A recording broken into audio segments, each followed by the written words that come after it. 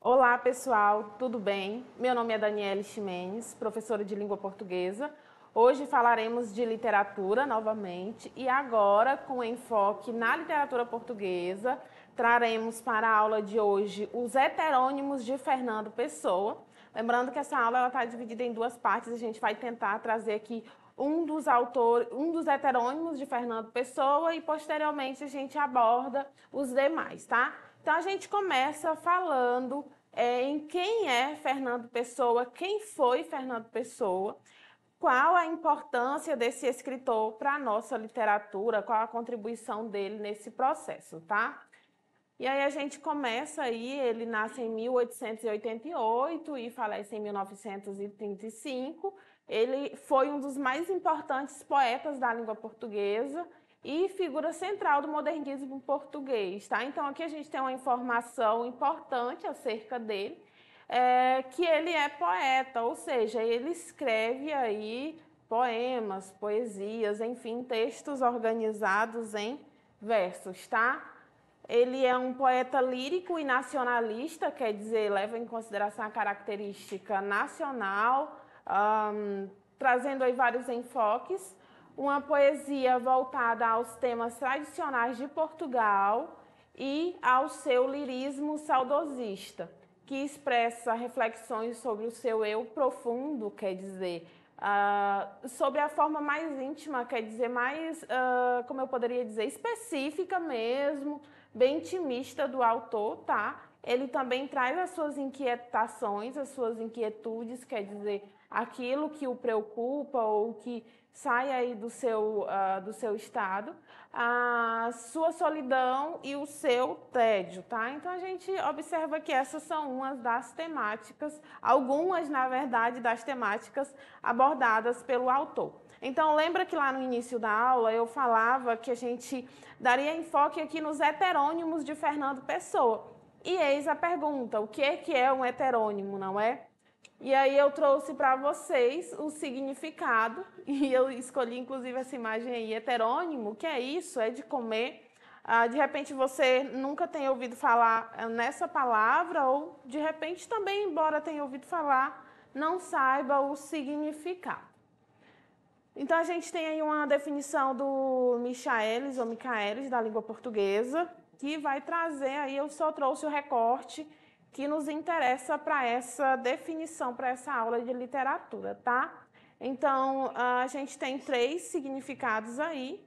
O primeiro é o autor que escreve assinando com o nome de outrem ou de outro, a respectiva assinatura ou palavra diferente de outra, mas que exprime a mesma coisa, especialmente a que traduz exatamente outra de língua estrangeira. Então, quando a gente fala de heterônimo, pessoal, a gente leva em consideração essa questão de você escrever no nome de outro. E aí, de repente, você também lembre de outras aulas em que nós falávamos sobre um outro termo bastante conhecido, mas que pode haver uma confusão, tá? Que termo é esse?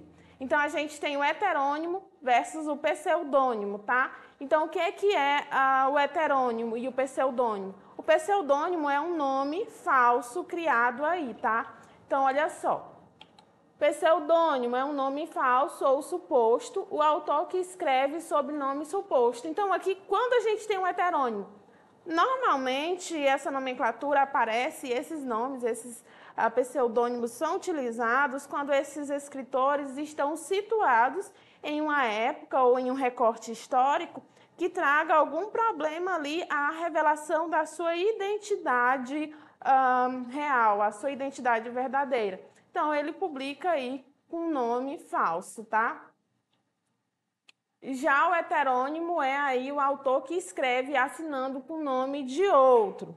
E quando a gente fala do Fernando Pessoa, ele traz uma definição nada melhor do que o próprio autor, o próprio escritor, para trazer essa diferença entre heterônimo e pseudônimo, uma vez que ele é mestre nesse tipo de escrita, não é?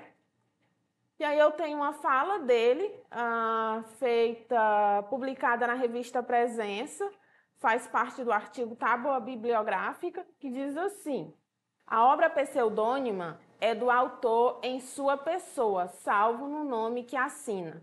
A heterônima é do autor fora da sua pessoa. Então, observa aqui que na pseudônima eu tenho um nome criado, falso aí, mas que reflete a escrita do próprio autor. E já o heterônimo aí eu tenho várias faces. O autor sai da sua figura principal e aborda e adota outras posturas, tá? É de uma individualidade completa fabricada por ele, como seriam os dizeres de qualquer personagem, de qualquer drama seu. Tá, pessoal? Então, espero que agora tenha ficado claro a diferença entre heterônimo e pseudônimo, tá? Então, vamos conhecer alguns dos heterônimos de Fernando Pessoa. Então, a gente tem 4 heterônimos. Primeiro é o Álvaro de Campos, depois a gente tem o Bernardo Soares, seguido pelo Alberto Caeiro e conclui-se aí com Ricardo Reis. Na aula de hoje a gente vai falar do Álvaro de Campos, tá? Então, quem foi o Álvaro de Campos? Essa definição, embora você ache meio interessante, ou quer dizer, meio inusitado, na verdade, a palavra não é interessante, mas inusitado, é que todos os heterônimos, quer dizer, esses outros criados por Fernando Pessoa, eles têm características específicas, data de nascimento, data de morte, onde viviam, toda a trajetória deles, as publicações das obras também, tá? Segundo Pessoa, o escocês Álvaro de Campos, então a gente observa já uma nacionalidade diferente de Portugal, estudou engenharia em Glasgow e depois trabalhou em Londres, tendo antes realizado viagens ao Oriente, citadas no poema Opiário, que a gente vai ver daqui a pouquinho um trecho, tá? Para compreender como é que é essa produção literária. Desempregado, teria voltado para Lisboa em 1926, mergulhando então numa depressão e espírito decadentista, que inspiraria um poema Tabacaria de 1928, inclusive esse é uma obra bem conhecida do autor, tá? Então, trouxe aí, a gente tem, nessa fase aqui, a gente tem 3 fases desse escritor, tá? Então, a gente vai trabalhar, verificar cada uma delas agora. Vamos lá, na fase decadentista. Na fase inicial, que vai até 1917, publicou em revista como Invenção e a revista Orfeu. Então, a gente tem essas 2 revistas aí. Logo na estreia, demonstrou com o poema Opiário a influência da poesia decadentista, ou seja, um texto de tendência à morbidez e pessimismo. Então, aqui a gente já tem uma certa aproximação, pessoal, com a segunda geração do romantismo, como a gente viu em aulas anteriores ou que eu já comentei anteriormente, mas se você não sabe, a segunda fase do romantismo no Brasil, ela acontece com esse pessimismo, traz mal do século, traz esses ambientes mais mórbidos, quer dizer, relacionados aí com a morte, tá? Então, essa produção, nessa primeira fase desse heterônimo de Fernando Pessoa, ela traz essa temática mais mórbida e pessimista, tá? E aí a gente tem um trecho de Opiário que diz assim: ao senhor Mário de Sá Carneiro, é antes do ópio que a minha alma é doente. Sentir a vida convalesce e estiola. E eu vou buscar o ópio que consola, um oriente ao oriente do oriente. Esta vida de bordo há de matar-me. Então, esse aí é só um trecho, observa que a gente tem um tom duro, mórbido e pessimista que transparece aí nas linhas e nas entrelinhas dessa produção. E aí você não entende. Quando a gente fala de linhas, é aquilo que eu consigo verificar expressamente a partir da leitura, e nas entrelinhas é quando o autor deixa subentendido. A partir da leitura, eu percebo esses resquícios, essas linhas, essas expressões, tá, pessoal? Vamos lá. Ando espiando um crime numa mala que um avô meu cometeu por requinte. tenho os nervos na forca, 20 a 20, e caí no ópio como numa vala. Nunca fiz mais do que fumar a vida. Afinal, o que eu quero é fé, é calma, e não ter estas sensações confusas. Deus que acabe com isto, abra as eclusas, e basta de comédias na minha alma. Então aqui, pessoal, o que nós observamos? Que é alguém que paga por uma expiação, quer dizer, por um crime que ele não cometeu, tá?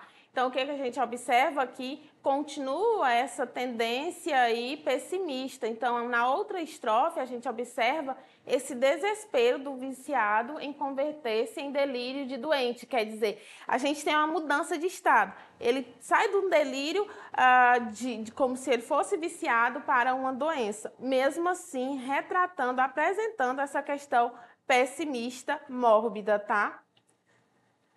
Vamos lá. A segunda fase, pessoal, é a fase sensacionalista, tá? Então, aí ele publica aí em Orfeu 1, o Campos assina Ode Triunfal, onde apresenta a sua face sensacionalista, aderindo também a características do futurismo, que é uma corrente de estilo, uma produção literária aí que se desenvolve aí atrelada ao modernismo português, tá?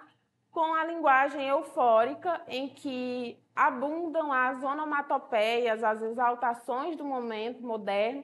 E aí, se você não sabe o que é a onomatopeia, é essa representação sonora, tá?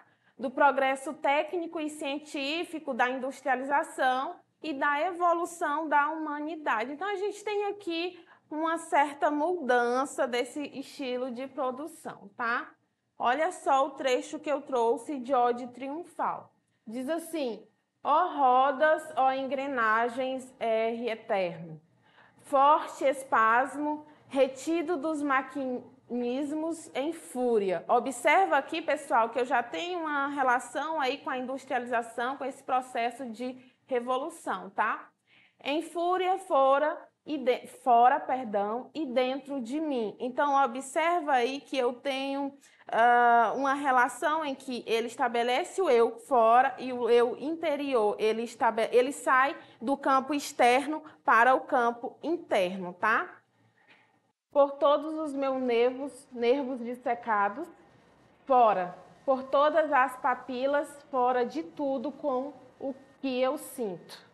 Tenho os lábios secos, ó grandes ruídos modernos, de vos ouvir demasiadamente de perto, e arde-me a cabeça de vos querer cantar com o excesso de expressão de todas as minhas sensações, com o excesso contemporâneo de voz, ó máquinas. Então, o que a gente observa, pessoal? A partir da leitura dessa obra, e que a gente tem a presença da onomatopeia, representada pelo R ali, que é a sonorização, a pronúncia, e aí a gente tem a questão relacionada ao maquinário, a essa revolução, tá?